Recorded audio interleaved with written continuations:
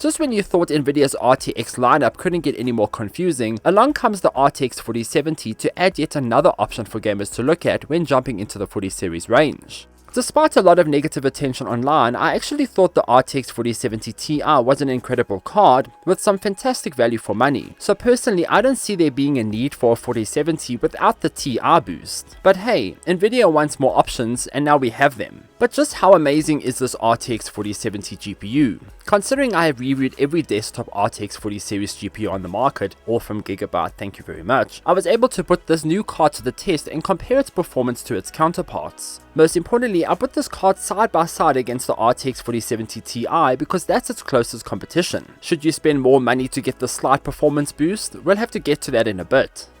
Before I jump into this review, please do consider giving this video a like and subscribing to the channel. It makes these videos possible. If you already do subscribe, I really do appreciate it. So the truth of the matter here is that this Gigabyte GeForce RTX 4070 Gaming OC doesn't do anything new when it comes to the overall look and design of the card. In fact, it's almost identical to the same variant in the RTX 4090, 4080 and 4070 Ti.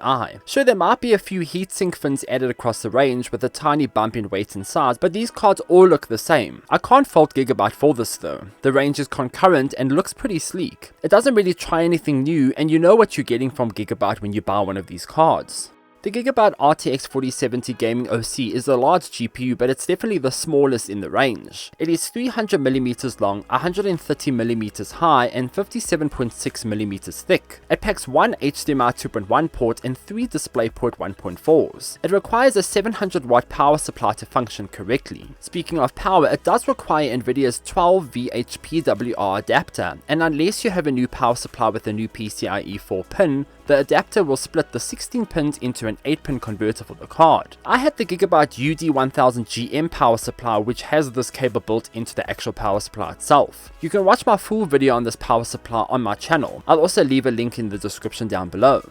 In short, the power supply let me bypass the adapter that came in the box thanks to the 12VH PR 16-pin connector going directly into the power supply unit itself. The RTX 4070 packs 3 large fans for cooling and the brand's RGB halo lights around the inner side of the fins. On paper, the card is smaller than the RTX 4070 Ti, so much so that Gigabyte doesn't include any sort of mounting kit in the box at all. The 4070 Ti came with a mounting bracket for the motherboard, but this 4070 didn't. Given its slightly smaller size, I could see why Gigabyte opted for shipping them without a bracket. However, at the same time, this card is still quite large and it should have some support on it. It just helps prevent sag and damage done to your motherboard. Thankfully, I had the 4070 Ti, so I simply removed the mounting bracket off my current GPU and installed it onto the 4070. It just makes sense to use something to help support this card up a bit. I also think the cost of including a mounting bracket would have been minimum for Gigabyte, so I'm not sure why they excluded it from the box. Installation of the GPU is simple and pretty much the same as other RTX 40 series cards on the market. This Gigabyte version gets the bracket mounted onto the board. The second piece is then screwed into the GPU itself, after which the two are connected using a thumb screw.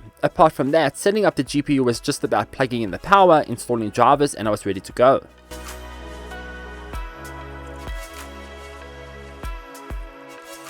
While the card is almost visually identical to the 4070 Ti, just a little bit smaller here and there, it does pack slightly different internals. For starters, it includes a core clock count of 2565 MHz. This is slightly overclocked from the standard RTX 4070 on the market that comes with 2475 MHz. Both the 4070 Ti and the standard 4070 include the same RAM. That's 12GB of GDDR6X 192-bit RAM. When it comes to the cores, the 4070 packs 5888 CUDA cores, providing 29 FP32 shader teraflops of power. It includes 184 4th generation tensor cores offering 466 tensor teraflops and 46 3rd generation RT cores for 67 RT teraflops of performance.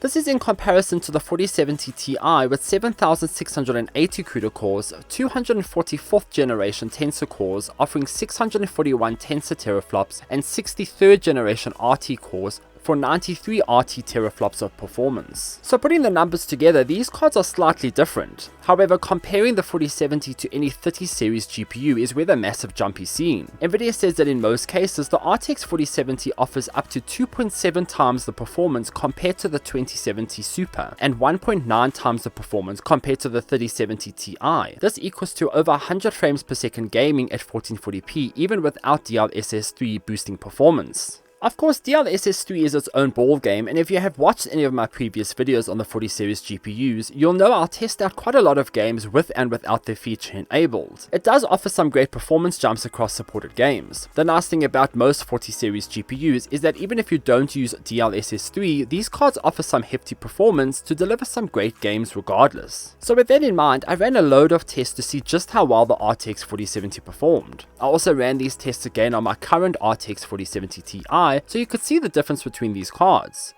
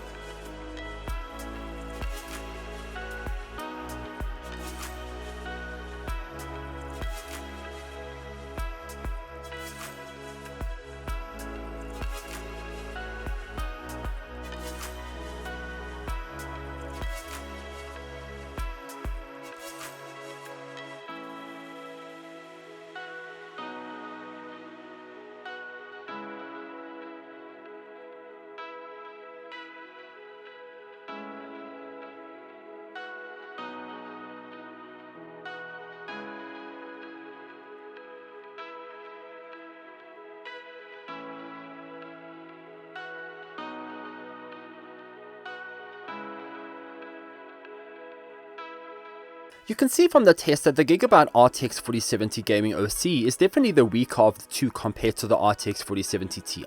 However, the performance is still what it is. It's pretty great. Squeezing every bit of juice out of the card across games showed a 10 to 15% difference between the 4070 and the 4070 Ti. Most games I was testing, I knew I was going to get between 10 and 25 frames more on the 4070 Ti compared to the 4070. The card also performed well when it came to cooling and power performance. Its idle consumption is just around 10 watts, and its max TGP is 200 watts. I did see an average of 185 watts during most of my gaming and benchmarking. As for the cooling, it takes a lot to get this card hot. Gigabyte's WindForce cooling system is phenomenal here. I would benchmark the card on Returnal for about 30 minutes and the temperature stayed at 65 degrees Celsius and only started spiking above that after prolonged gaming and testing. The fans are also deadly silent at 35 decibels. Of course, the elephant in the room here is how similar these cards are. They both have the same power supply requirements. They both benefit from DLSS 3 in similar manners, and they both include the exact same RAM. If anything, the 4070 Ti is the 4070 with more cores. I think the similarities between the cards are going to be the biggest issue to overcome here. It really puts gamers in an awkward position. Gigabyte says this card is going to retail for $599. This is quite a lot cheaper than the 4070 Ti counterpart. So should you look at the RTX 4070? Well, that all depends on your budget. If you've just saved enough money to buy this GPU, then you're not going to have a bad time with this card. It basically matches the RTX 3080 without any frame generation. The fact that I could play Cyberpunk 2077 with overdrive ray tracing at above 60 frames per second is already impressive. Mostly every other game I ran also ran at above 60 frames per second without DLSS 3 enabled. Of course, Nvidia is pushing its DLSS 3 agenda quite hard here. The performance boost is huge on this GPU compared to a 3080 which doesn't have DLSS 3 support. But then you have to ask yourself, is frame generation enough to spend money on a whole new graphics card? On the one hand, the only way to play Cyberpunk 2077 with its fancy overdrive ray tracing mode, even on a 4090, is with DLSS 3 enabled. But that is just one game. Perhaps when more games lock users out of high-end technical modes, then these 40 series GPUs will sort of become mandatory. But until then, it is still a tough decision to make, especially if you're running a high-end 30 series model. So those are my thoughts on the RTX 4070. It's a great card. It's a great card if you don't have any high-end card to use already. Again, thanks for stopping by and giving this a watch. Please do consider liking and subscribing, and check out the channel for other RTX GPU reviews I've done in the past. Also be sure to visit www.glitchedonline for more gaming tech news and reviews. Until next time, farewell.